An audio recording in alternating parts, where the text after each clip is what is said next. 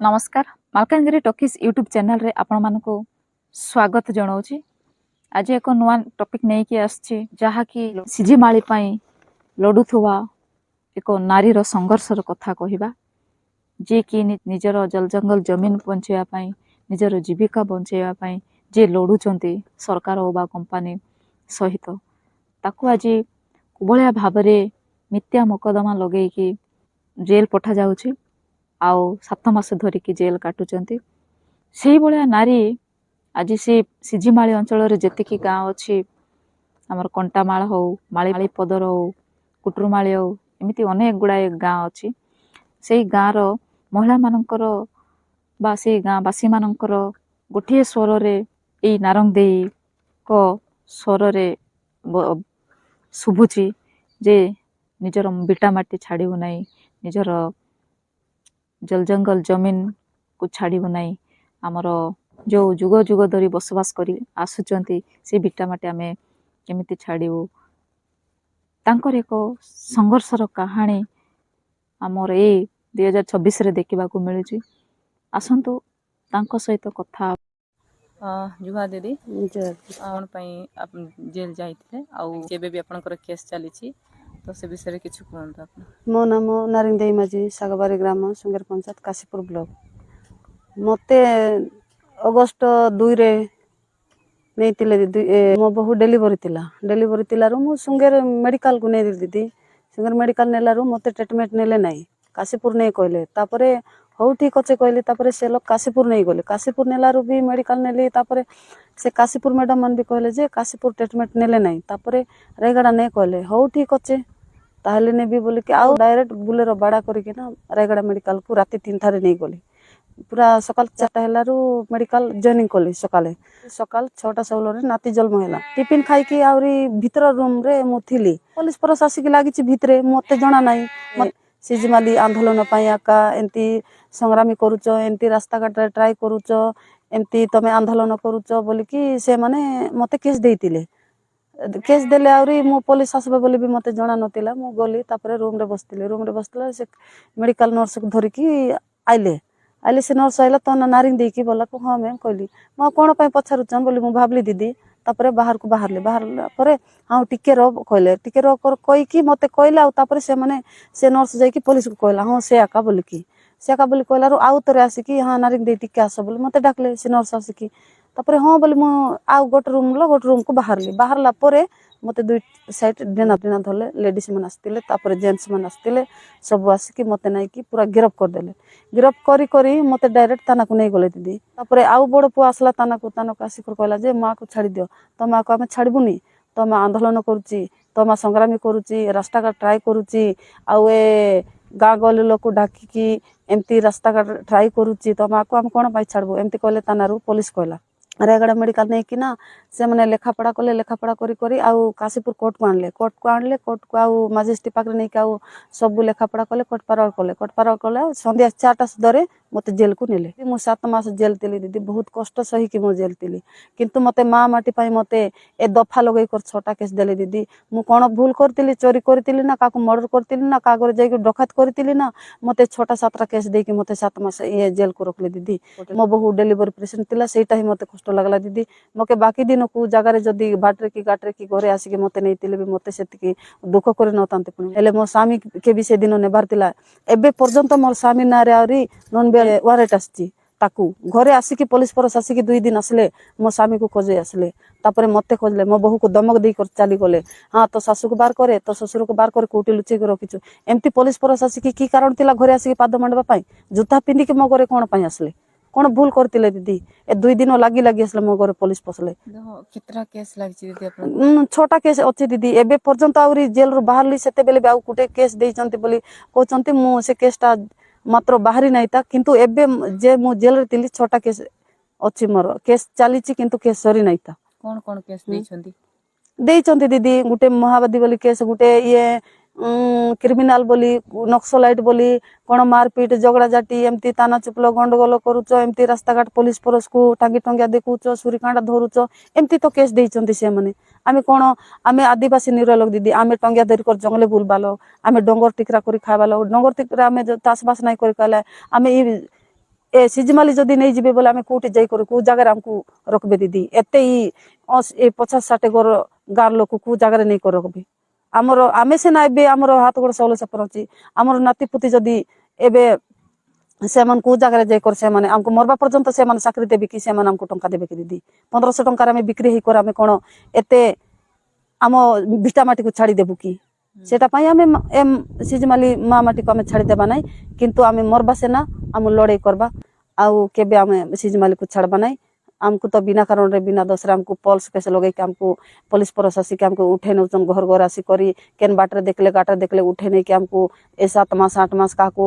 वर्षे 2 वर्ष जेल कटुचंती एटा कोन अन्य करचंती दीदी पुलिस प्रशासन ए कलेक्टर कोन ऑर्डर देछि ए निरल आदिवासी निरल को एते हरण करबा पाई सेटा आदिवासी माँ माने बहुत कष्ट सही कि राति दिने बोली खाऊ नाहंती पीऊ नाहंती दीदी से को जंगल रोचंती को पहाड़ रोचंती को बाटर रोचंती सेंती कि राति भी घरे सो नाहंती बाहर जाई कि सोचंती पुलिस प्रशासन बोली कर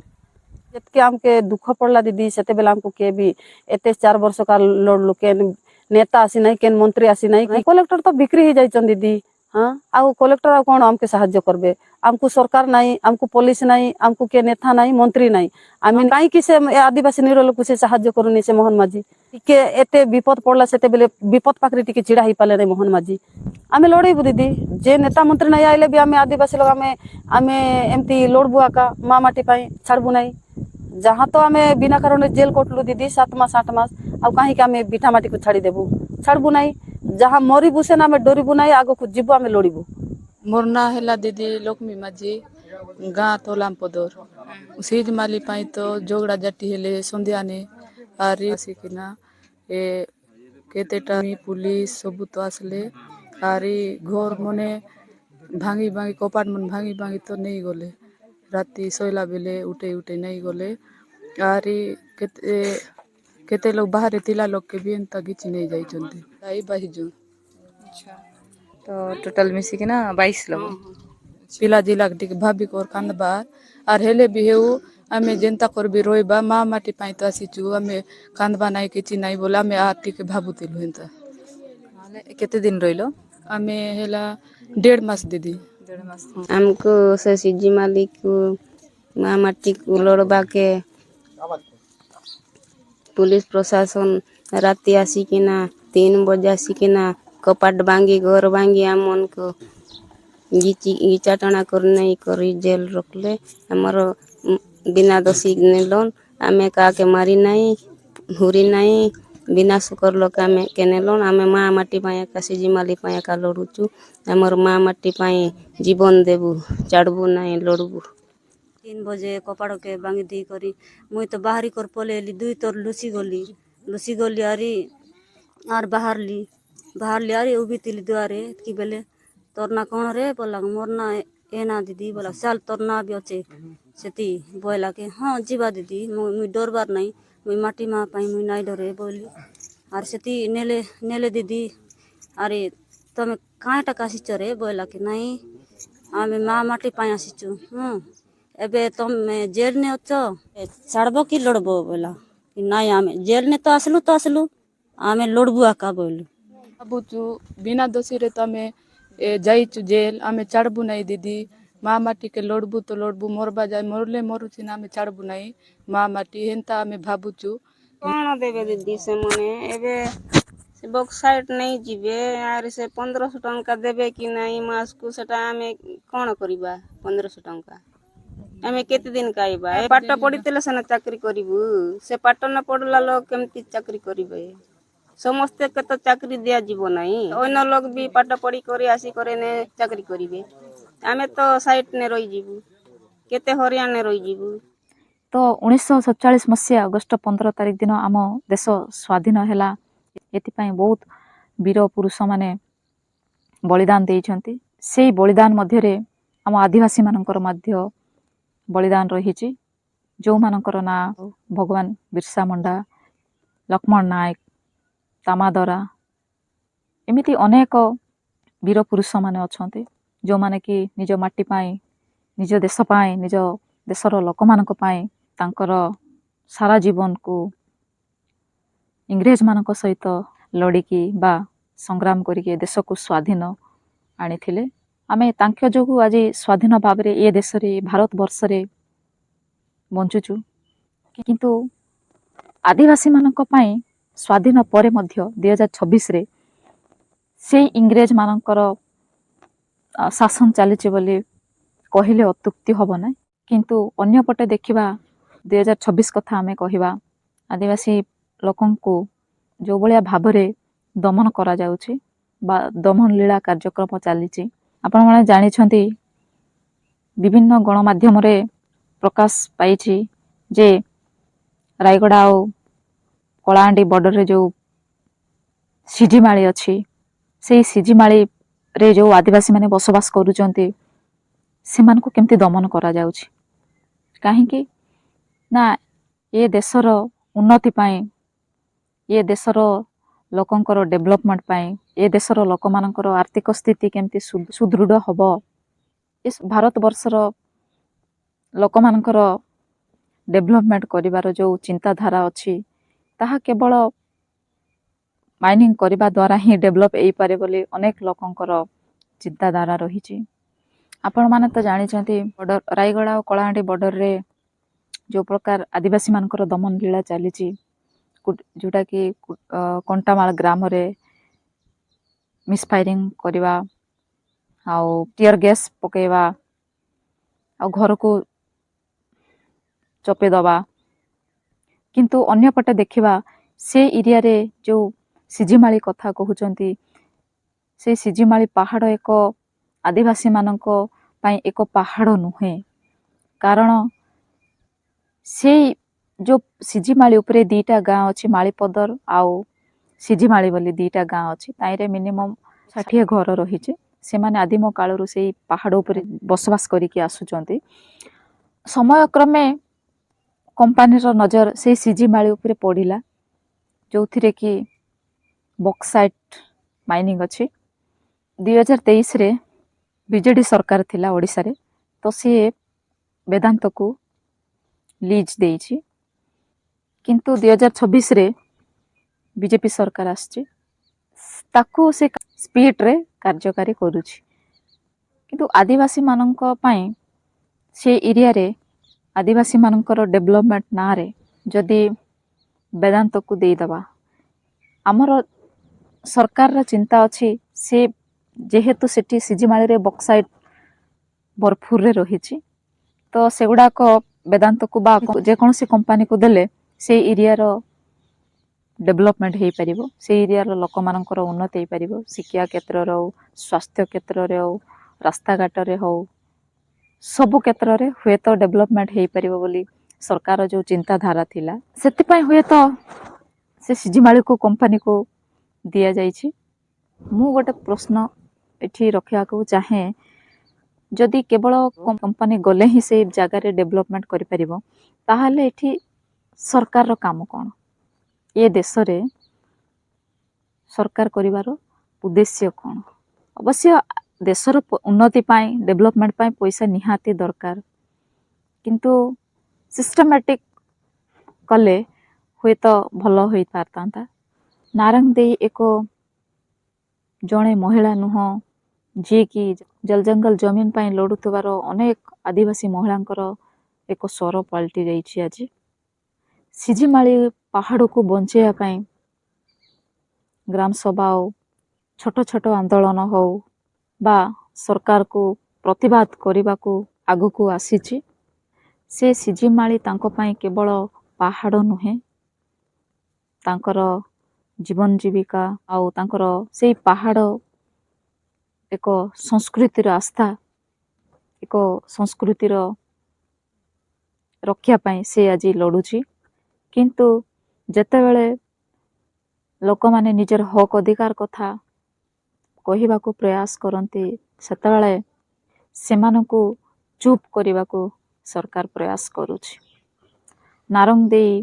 ନାଁରେ ମିଥ୍ୟା ମକଦ୍ଦମା ଲଗେଇକି ତାକୁ 7 ମାସ ଧରି ଜେଲ୍ ପଠାଯାଉଛି। ଏଇ କଥାକୁ ନେଇକିରି ସେଠିକାର ଆଦିବାସୀ ସେମାନେ ଆଜି ପ୍ରଶ୍ନ କରୁଛନ୍ତି ଯେ ଜଳଜଙ୍ଗଲ ବଞ୍ଚାଅ ବୋଲି କହିବା